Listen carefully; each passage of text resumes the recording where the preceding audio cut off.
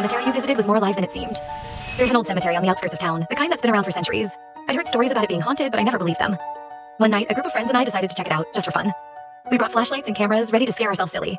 But when we got there, the place was different. Darker, colder, and completely silent. The graves were old and crumbling, some of the headstones so worn that the names were unreadable. We walked around, joking and taking pictures, but the longer we stayed, the more uneasy I felt. It was like the air was thick with something unseen, something watching us from the shadows. I tried to brush it off, but then I saw it.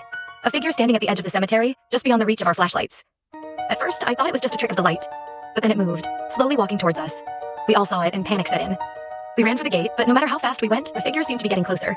The air grew colder, and I could hear a soft, eerie whisper on the wind, like someone was calling my name.